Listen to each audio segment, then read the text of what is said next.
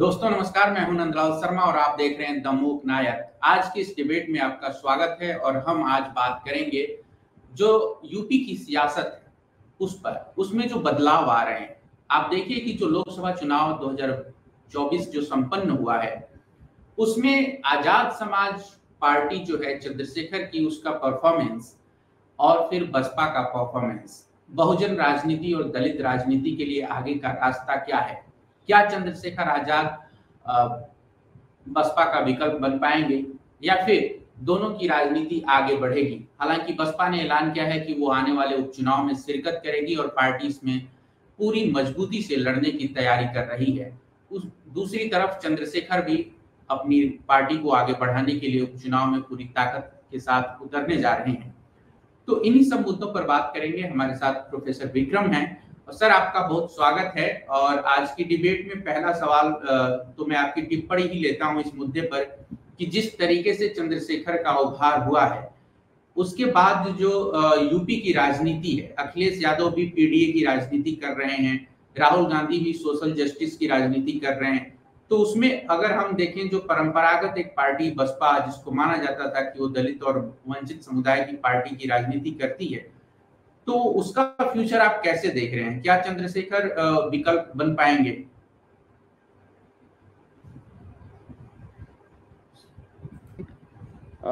ये कह देना कि चंद्रशेखर बहुजन समाज पार्टी के विकल्प हैं, थोड़ी जल्दीबाजी होगी, क्योंकि मेरा मानना है कि चंद्रशेखर ही नहीं, बहुत से दूसरे अन्य दलों के लोग जो बहुजन समाज पार्टी के में शामिल थे, अलग-अलग पार्टियों ने बनाया, तो वो बसपा का विकल्प नहीं बन पाए। चंद्रशेखर भी कहीं न कहीं बस बहुजन राजनीति की ही देन है, बहुजन समाज पार्टी की ही देन है और वो अलग तरह से राजनीति कर रहे हैं। तो बसपा का विकल्प नहीं बन पाएँगे। जैसे कि हम ओम प्रकाश राजभर को देख लें, उनकी राजभर समाज की पार्टी मुख्यतः राजभर समाज के लोग उससे जुड़े हुए हैं, पर वो बसपा का विकल्प बन पाए। हम सोनेलाल पटेल जो अपना दल चलाए थे, तो मेरा मानना है कि ये जो चंद्रशेखर जी का उभार है, वह किसी तरह से ये कह देना बहुत जल्दीबाजी होगी कि वो बहुजन समाज पार्टी का विकल्प बन पाएँगे। यह एक जल्दीबाजी होगी। इसके पीछे मेरा तर्क ये है कि आप देखिए, बहुजन समाज पार्टी से ही कई तमाम राजनेता निकले, उन्होंने अपनी अलग से पार्टी बनाई। आप ओम प्रकाश राजभर का एग्ज़ाम्पल देख लीजिए, आप अनुप्रिया पटेल का एग्ज़ाम्पल देख लीजिए। कई पासी समाज के लोग का विकल्प देख लीजिए, इंद्रजीत सरोज जी का विकल्प देख लीजिए, पर बसपा बहुजन समाज पार्टी का विकल्प तो नहीं बन पाए और बहुजन समाज पार्टी का विकल्प बना भी नहीं जा सकता, क्योंकि कांग्रेस आज दलित की राजनीति कर रही है, पर क्या कांग्रेस के मंच से जय भीम बोल पाना उतना आसान होगा जितना आसानी से आप जय भीम बहुजन समाज पार्टी के मंच से बोल लेते थे? या भारतीय जनता पार्टी भी कहीं न कहीं कांशीराम साहब की उस राजनीति कर रही है जिसमें पीडीए के लोगों को ज़्यादा से प्रतिनिधित्व दे रही है।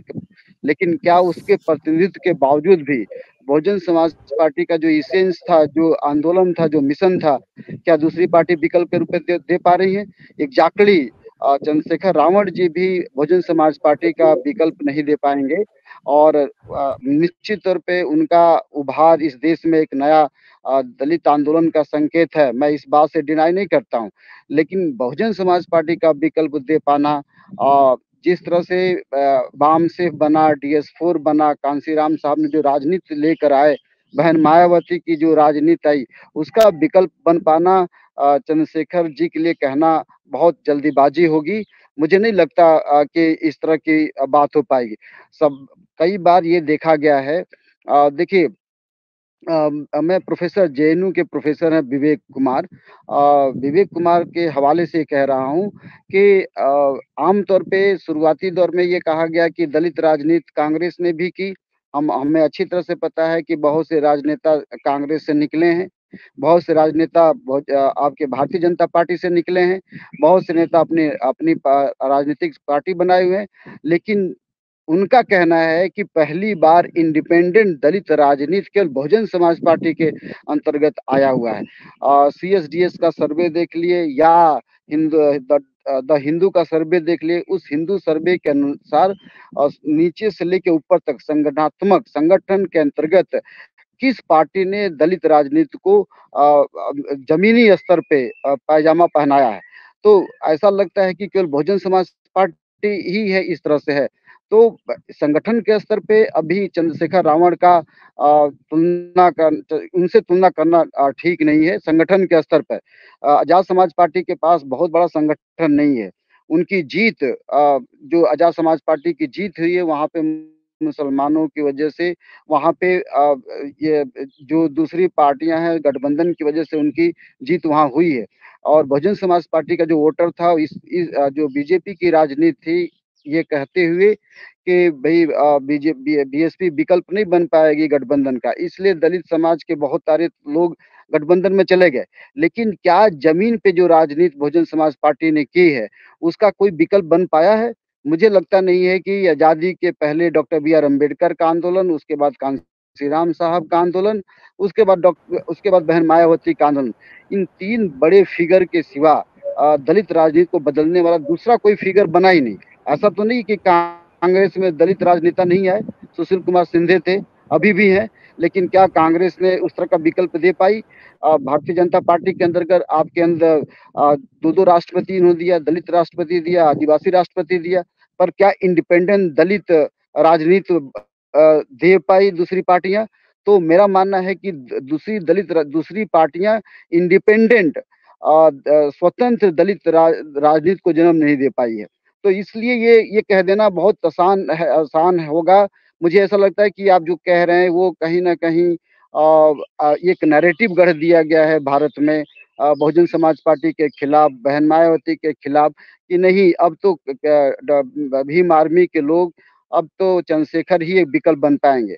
यह अभी सतही तौर पे बोलना ठीक नहीं है, क्योंकि अभी भी संगठन के स्तर पे वोट प्रतिशत के स्तर पर अभी भी बहुजन समाज पार्टी का वोट प्रतिशत 9% है। इनके अगेंस्ट में ओम प्रकाश राजभर का वोट परसेंटेज नहीं है।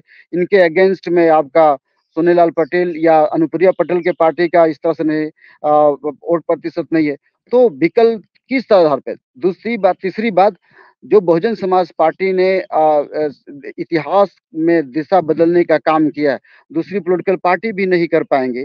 आप ये बताइए कि बहुत से लोग ये कह रहे थे जब पार्क बना था लखनऊ में, तब ये कह रहे थे कि तो पत्थर की बात है, पत्थर की बात है, पत्थर की बात है। लेकिन किसी ने इस तरह से ध्यान दिया जो इतिहास के नजरिए से, मैं इतिहास का प्रोफेसर हूँ, इतिहास के नजरिए से बात कर रहा हूँ। कांग्रेस ने और भारतीय जनता पार्टी ने क्या कर रही है? जब कांग्रेस अपने जमाने में थी तब भी इतिहास बदलने की कोशिश किया।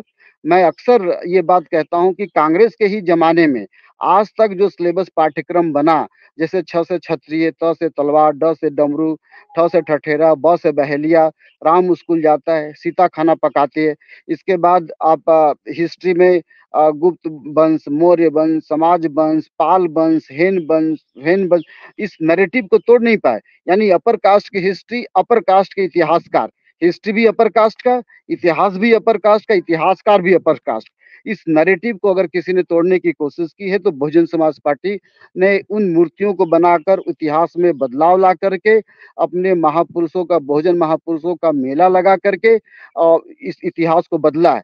राजनीतिक रूप से हो सकता है बहुजन समाज पार्टी आज कमजोर नजर आ रही हो, लेकिन सामाजिक स्तर पे, राजनीतिक स्तर पे, सांस्कृतिक स्तर पे बहुजन समाज पार्टी का विकल्प आज भी नहीं है। हाँ, कहिए।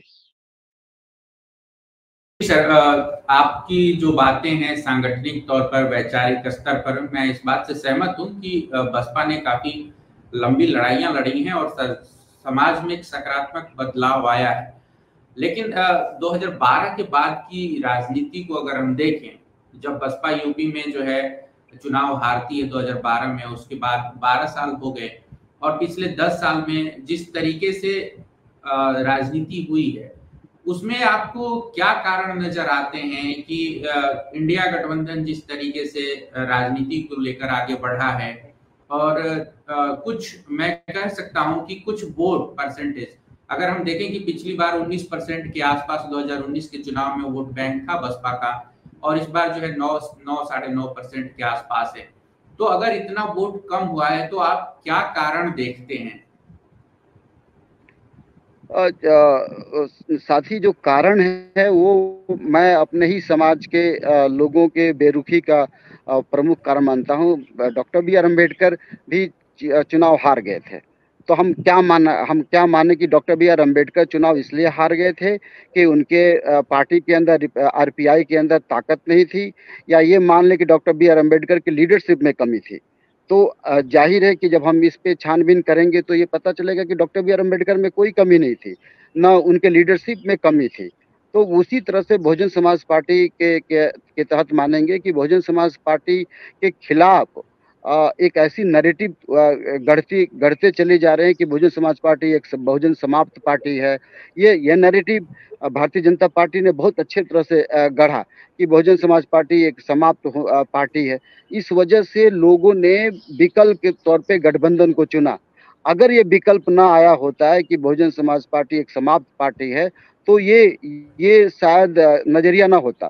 दूसरा, विपक्ष और प्लस आपके सरकार ने ये कहा कि बीएसपी तो बीजेपी की बी टीम है।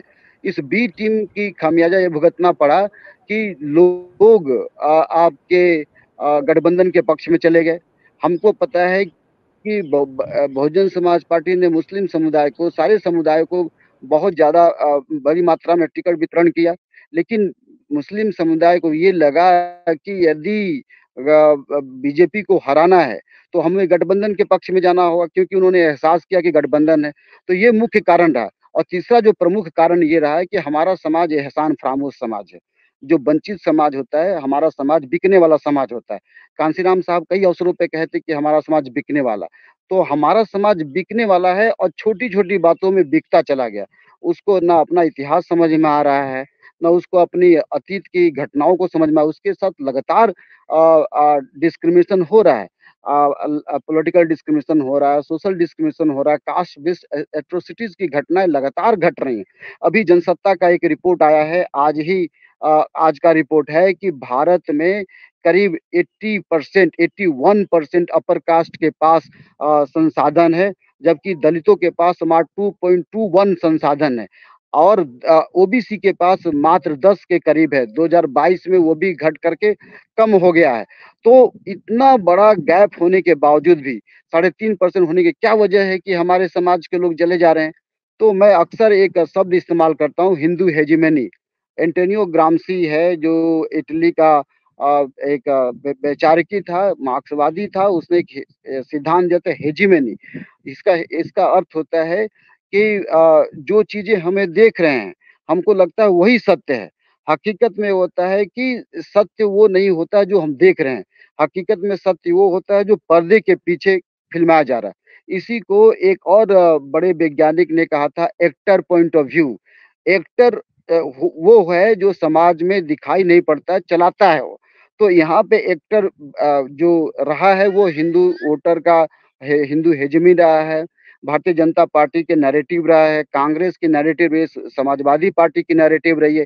इन सभी नैरेटिव ने दलित समाज को, जो इनका एक खास तबका था, उस नैरेटिव में फंसा दिए और ये एहसास करा दिया कि बहुजन समाज पार्टी तो समाप्त पार्टी है। हाँ, ये जान लीजिए कि आज बहुजन समाज पार्टी थी तो हमारे जैसा प्रोफेसर बोल पाया। आज बहुजन समाज पार्टी की लेगेसी थी तो तमाम एट्रोसिटीज़ की घटनाएँ जो कभी घटती थी, अब घटने से रुक गई हैं। ये बहुजन समाज पार्टी ही थी जिसकी वजह से आज वंचित तबका सपना देखने लगा राजा बनने के लिए। क्या कभी ओम प्रकाश राजभर ये सोच पाते थे कि उनको राजा बनना है? जिस तरह से आज सवाल करते हैं, क्या अनुप्रिया पटेल समाज को लगता था कि वो राजा बनने का कल्पना कर सकते हैं? लेकिन आज वो सपना दिखाया। तो हमारा समाज एक एहसान फरामोश समाज है। हमारे समाज मैं एक बड़ा ऐसा शब्द इस्तेमाल करता हूँ कि हमारा समाज जो 5 किलो चावल में बँट गए। आपको पता है 1932 में पूना पैठ के दौरान डॉक्टर बी आर अम्बेडकर ने ये बात कही थी कि न केवल ड्यूअल रिप्रेजेंटेशन मिलना चाहिए, बल्कि इन संसाधनों पे भी हमारा अधिकार होना चाहिए। और आपको ये पता है कि जो ये बिल बनता है, हमारा जो वित्त विधेयक पारित होता है, उस विधेयक के अनुसार, फ्रंटलाइन मैगजीन के अनुसार, हमारा करीब 20% रिसोर्स पे हमारा नेचुरल अधिकार है। 20%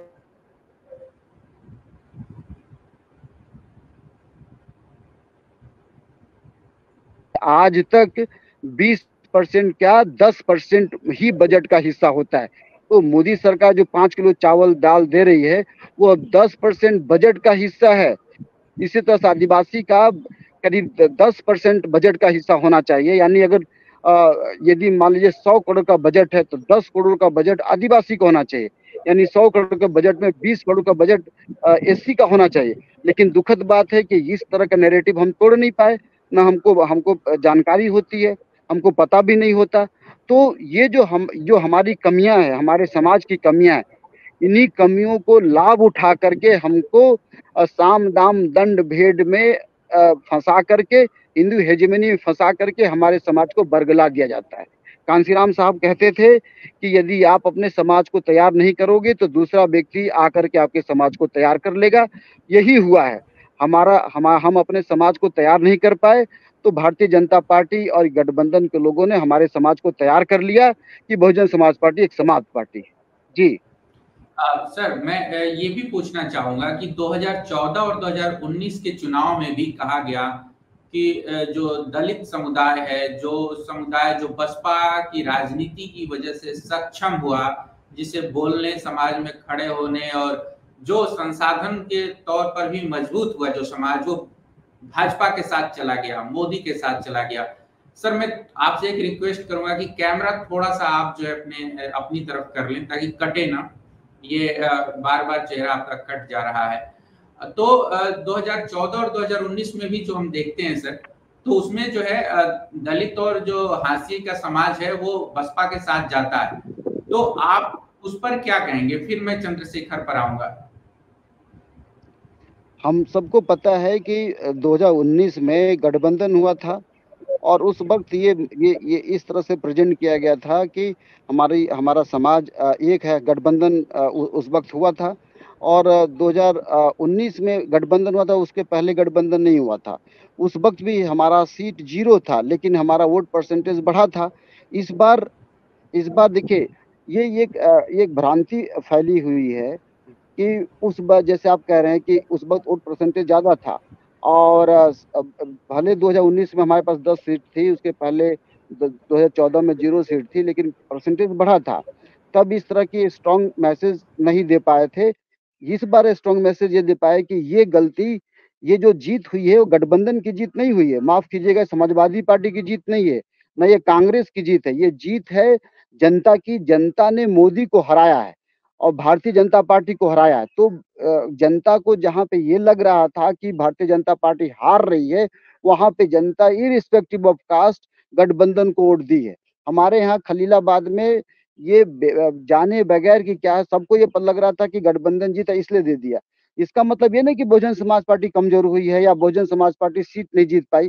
सीट न जीतने का मतलब ये नहीं होता कि बहुजन समाज पार्टी कमजोर है। मुझे ऐसा विश्वास होता है कि आने वाले चुनाव में बहुजन समाज पार्टी अपनी दमदारी से चुनाव लड़ेगी और वो जीतेगी भी। तो ये इस तरह का जो नैरेटिव है वो अपर कास्ट का नैरेटिव है।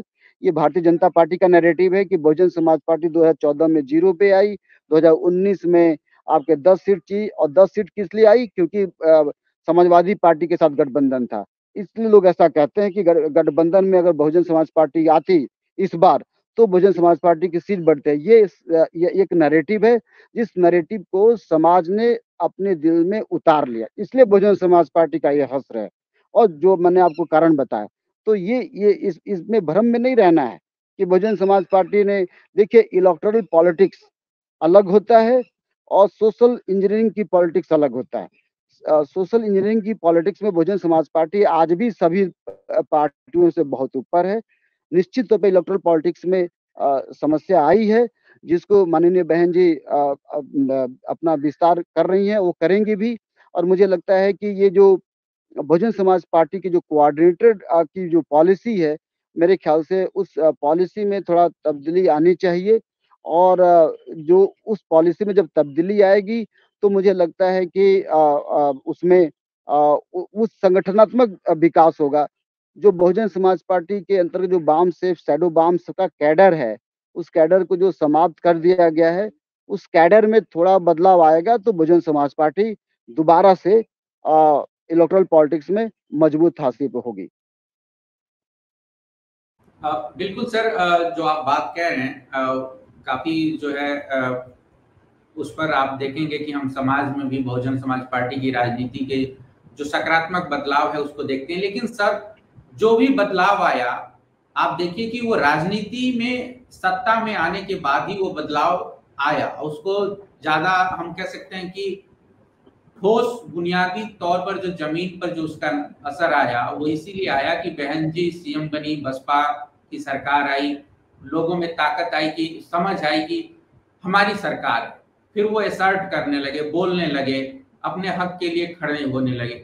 तो क्या आपको नहीं लगता कि जब जब राजनीति कमजोर होगी, लंबे समय तक अगर कमजोर होगी, तो हम देख रहे हैं कि समाज में जो है अन्याय बढ़ रहा है, जुल्म बढ़ रहा है, लोगों को परेशान किया जा रहा है।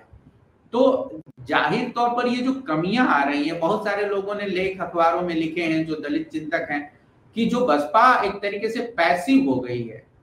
क्या आपको लगता है कि बसपा जो मुखर थी एक समय, उसके पैसिव होने की वजह से जो है समाज जो है दूसरी तरफ देख रहा है?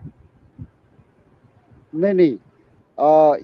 ये जो मैं फिर कह रहा हूँ कि जो नैरेटिव है ना, अपर कास्ट का नैरेटिव है, बहुजन समाज पार्टी के बारे में शुरू से ही है कि ये मनुवादी मीडिया है।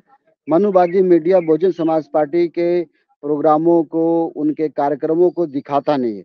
बहन जी के बहुत से कार्यक्रमों को नहीं दिखाता। मैं खुद इसका गवाह हूँ कि कई प्रोग्राम में मैं जाता हूँ और सोचता हूँ कि बहुजन समाज पार्टी के प्रोग्राम को टीवी पे दिखाया जाए, दिखाया ही नहीं जाता है।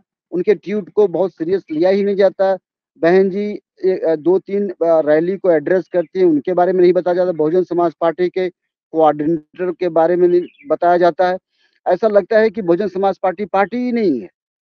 उनके जो नेता हैं वो बोलते हैं, उनके बारे में भी नहीं दिखाया जाता।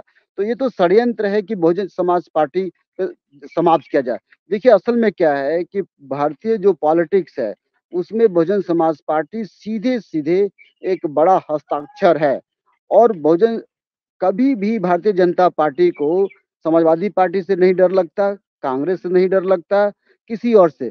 बहुजन समाज पार्टी से ही कांग्रेस से बीजेपी को डर लगता है। और वो इसलिए डर लगता है क्योंकि बहुजन समाज पार्टी ही वैचारिक पार्टी है, एक मिशनरी पार्टी है। और मिशन के आधार पर देखिए, भारतीय जनता पार्टी को सबसे ज़्यादा प्रॉब्लम कहाँ है?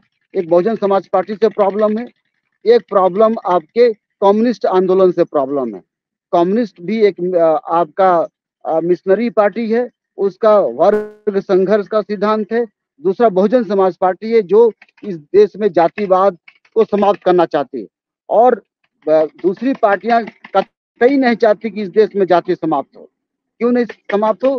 क्योंकि उनको लगता है कि जाति ही मुख्य आधार है। जिस दिन बहुजन समाज को ये बात समझ में आ जाएगा कि वो अपने मिशन के आधार पे शासन सत्ता कायम कर सकते हैं, तो करेंगी। इनको समझने में समय लगता है। इसका एग्जांपल मैं दे रहा हूँ। बहुत ये भी एक नैरेटिव है, हालाँकि साहब Kanshi Ram, doctor B R Ambedkar सब लोगों ने कहा कि हमें इस देश का हुक्मरान समाज बनना चाहिए। हुक्मरान बनने का मतलब ये नहीं होता कि केवल शासन सत्ता पे ही, सरकार पे ही आपका हो। आप ज्योतिराव फुले का आंदोलन देखिए। ज्योतिराव फुले कोई इलेक्टोरल पॉलिटिक्स में भाग नहीं लिए थे।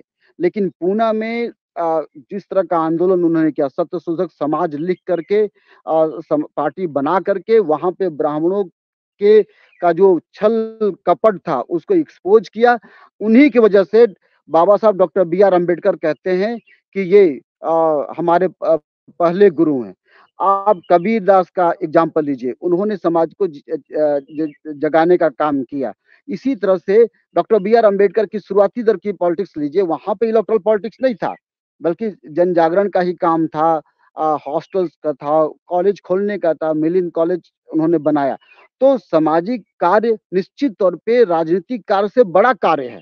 और हो सकता है इलेक्टोरल पॉलिटिक्स के रूप में बहुजन समाज पार्टी बहुत कामयाब इधर नहीं रही हो, लेकिन जो जन जागरण का काम किया है, वह काम ने इनकी आंखें खोल दी। आज हर घर में कांसीराम पैदा हुआ है, आज हर घर में डॉक्टर बी आर अम्बेडकर पैदा हुआ, आज हर घर में लड़कियां बहन मायावती की तरह छवि है, हर घर में पेरियार रामास्वामी पेरियार बनने के कवायद है, हर घर में पेरियार ललई यादव बने हैं। यादव समाज के अंतर्गत पेरियार ललई यादव का ही इंपॉर्टेंस है। ये बताया किसने? ये बहुजन समाज पार्टी ने बताया। तो आने वाले समय में सामाजिक विचारधारा भी और राजनीतिक विचार दोनों ही प्रमुखता रूप से आकार लेगी। मैं तो ये कह रहा हूँ कि सामाजिक आंदोलन राजनीतिक आंदोलन से आगे बढ़ गया है। जैसे मैं एकेडमिक में हूँ, तो देखिए पूरे भारत की यूनिवर्सिटी में दलित साहित्य पढ़ाया जाता है। अब दलित साहित्य जब पढ़ाया जाता है, तो उसमें किसके बारे में बातें होती हैं? हमारे समाज के बाद। कभी ऐसा तो होता नहीं था। हिंदी इतिहास पढ़ा जाता था, लेकिन अब दलित साहित्य का इतिहास पढ़ाया जाने लगा। मैं इलाहाबाद यूनिवर्सिटी में दलित समाज के ऊपर marginal communities in Indian history बोल कर नया सिलेबस बनाया। ऐसे ही आप दिल्ली में प्रोफेसर रतनलाल हैं, लक्ष्मण यादव हैं, डॉक्टर रितु हैं। ये किसकी देन है?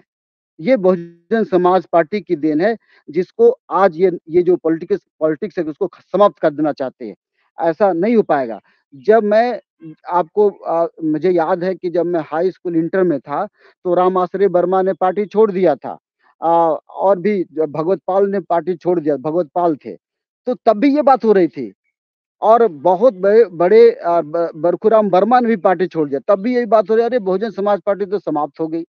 तब भी लोग ये बात कह रहे थे, लेकिन तब नहीं हुआ।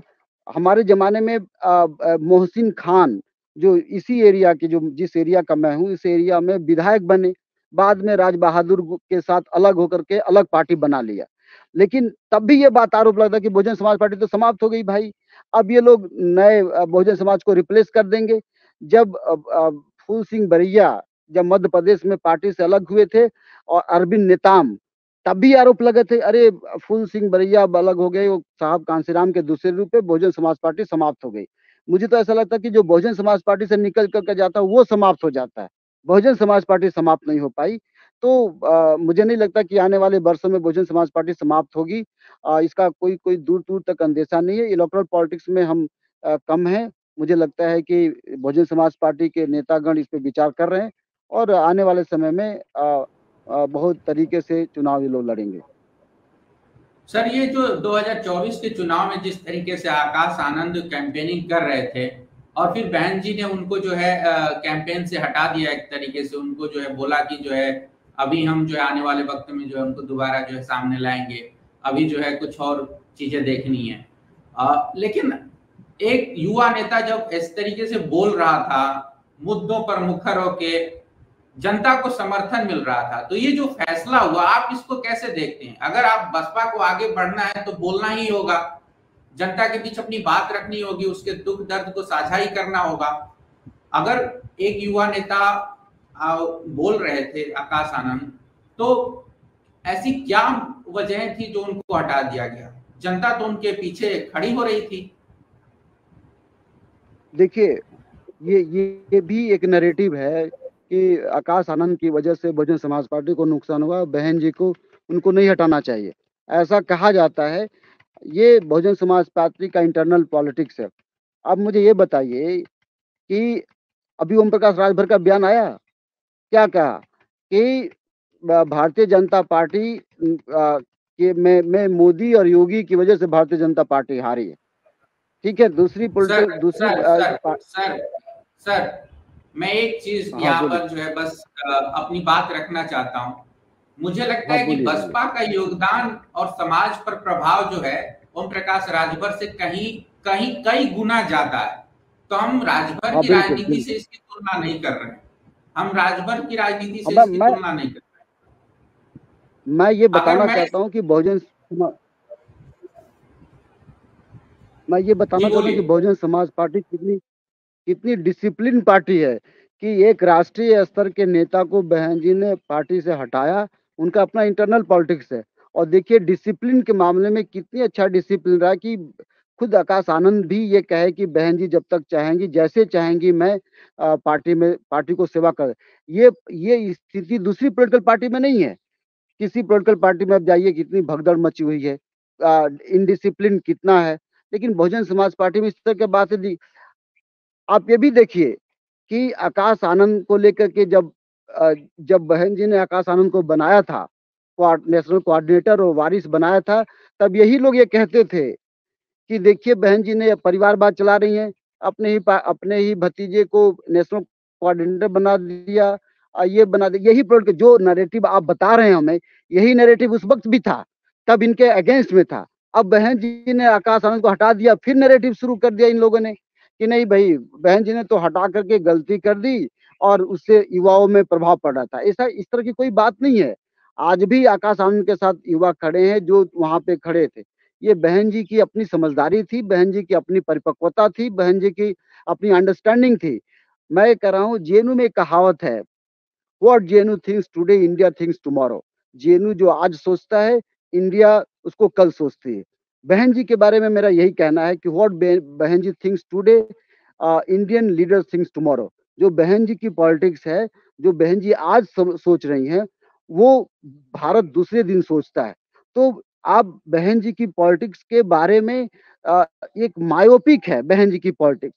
आप उसको बहुत आसानी से नहीं समझ सकते। मायोपिक का मतलब होता है जितना आप नजदीक जाएंगे वो आपसे दूर भागता चला जाएगा, आपको पता नहीं चला। जैसे पहाड़ है, पहाड़ के पास आप जाते रहेंगे तो लगता है कि पहाड़ दूर भागते हैं, इसी को मायोपिक कहते हैं। तो बहन जी की पॉलिटिक्स भी एक मायोपिक है, और उस पॉलिटिक्स को समझना बहुत आसान नहीं है। नहीं तो 4-4 बार सरकार बना ली।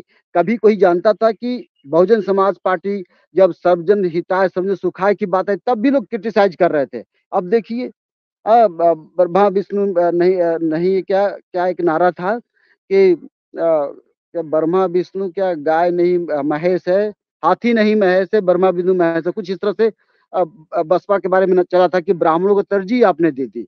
लेकिन 2007 में साहब के बगैर अब बहुजन समाज पार्टी पूर्ण रूप से सत्ता में आई थी। तब इनकी जो जो एग्जिट पोल था वो भी फेल हो गया था बहुजन समाज पार्टी के बारे में। तो हर समय में बहुजन समाज पार्टी को टारगेट करने के एक जेएनयू की प्रोफेसर हैं, प्रोफेसर जोया हसन, बड़ा नाम है, अब वो रिटायर्ड हो चुकी हैं। तो जोया हसन कहती थी कि बहुजन समाज पार्टी के जमानत जब्त हो जाएगा, लेकिन ऐसा हुआ नहीं। आज आज ऐसे ही लोग कहने लगे हैं कि बहुजन समाज पार्टी समाप्त हो गई, लेकिन उनके कहने से नहीं बनता। मैं इसलिए कह रहा हूँ कि बहुजन समाज पार्टी की आइडियाज, मिशन एक अलग ढंग का है जिसको समझ पाना इनके बस की बात नहीं है। आज आज अगर 37 सीट बहुजन समाज पार्टी के पास होती तो मैं कह रहा हूँ कि बहुजन समाज पार्टी बहन मायावती के नेतृत्व में इस देश में सरकार बनती, बहन जी इस देश का प्रधानमंत्री बनती। लेकिन 37 सीट ला करके भी समाजवादी पार्टी बीजेपी को रिप्लेस नहीं कर पाई। जानिए। नहीं सर, आपने जो बात कही कि 37 सीट ला करके जो है, बात ये नहीं है सर कि वो रिप्लेस कर पाई या नहीं, लेकिन बहुत सारे लोग जो राजनीति को समझते हैं, विश्लेषक हैं, वो ये अनुमान लगा रहे थे कि भाजपा जो है 80 में से 70 सीटें तो जीतेगी। किसी ने उम्मीद नहीं की थी कि वो उत्तर प्रदेश जहां बसपा सपा एक समय जो है दो ध्रुवीय राजनीति के पिलर थे, वहां पर जो है भाजपा 2014 और 2019 में इस तरीके से एक तरफा जीत हासिल करेगी। लेकिन सवाल वही है सर कि मैं अब इस डिबेट के आखिरी हिस्से में हूं और एक दो सवाल और, कि नगीना में जो चंद्रशेखर आजाद की जो जीत हुई है उसमें वो भाजपा के खिलाफ भी लड़ रहे थे और इंडिया गठबंधन के खिलाफ लड़ रहे थे। तो उनकी जो जीत है उसको आप कैसे देखते हैं? और जब वो उपचुनाव होगा आने वाले दिनों में 10 सीटों पर, और चंद्रशेखर अपनी पार्टी के साथ जो है अपने उम्मीदवारों के साथ कैंपेनिंग करेंगे, बसपा भी चुनाव लड़ेगी, तो जो समुदाय है, जो हाशिए के लोग हैं, जो दलित समाज के लोग हैं, जो अति पिछड़े समाज के लोग हैं, वो किधर देखेंगे, किधर जाएंगे? मैं तो आपके मुख्य नायक के माध्यम से उनको कांग्रेचुलेशन करता हूं, उनको धन्यवाद देता हूं, और मैं मानता हूं कि ये एक नई संकेत है और ये एक शुभ संकेत है। बहुत अच्छी बात है कि चंद्रशेखर की जीत हुई। मैं तो ये चाहता हूं कि इस देश में दो पार्टी इंडिपेंडेंट दलित की बात करें। ठीक है, हमारी एक बहुजन समाज पार्टी इंडिपेंडेंट दलित की बात करे और आजाद समाज पार्टी के माध्यम से माननीय चंद्रशेखर भी इंडिपेंडेंट दलित राजनीति की बात करें, तो मैं तो इनका वेलकम करता हूं और ये मानता हूं कि एक नए उभार है और निश्चित तौर पे ये आने वाली पॉलिटिक्स में बदलाव बदलाव आएगा। ये जो चंद्रशेखर जी का वोटर है, दरअसल मुस्लिम समुदाय के लोगों ने वहाँ पे बड़ी मात्रा में सपोर्ट किया, दलित समाज के लोगों ने बड़ी मात्रा में सपोर्ट किया और ओबीसी समाज के लोगों ने, यहाँ तक कि कुछ अपर कास्ट के लोगों ने भी इनको सपोर्ट किया। तो ये तो बहुत अच्छी डेवलपमेंट है, लेकिन इसका मतलब नहीं है कि चंद्रशेखर जी बहुजन समाज पार्टी का को रिप्लेस कर देंगे। मैं मानता हूँ कि दो अलग-अलग लोग अपनी राजनीति करें और पार्लियामेंट में बहुजन समाज का बड़ा आवाज बने, ये हमारे तरफ से एक शुभ संकेत है। जी। बहुत शुक्रिया सर। और आज की डिबेट में आपने हिस्सा लिया और बहुजन समाज पार्टी और जो उत्तर प्रदेश की खास तौर पर जो राजनीति है उसको आपने समझाया हमारे दर्शकों के लिए, और बसपा की राजनीति कैसे आगे बढ़ेगी उसके लिए आपने जो है कुछ संकेत जाहिर किए। आपका बहुत शुक्रिया सर। दम्मुक नायक पर जो है लगातार आने वाले दिनों में इस तरीके के वीडियोज, इस तरीके के एनालिसिस और इंटरव्यू बातचीत जारी रहेंगे। चैनल को सब्सक्राइब करिए, दोस्तों के साथ शेयर करिए। आप सबका शुक्रिया, नमस्कार, धन्यवाद।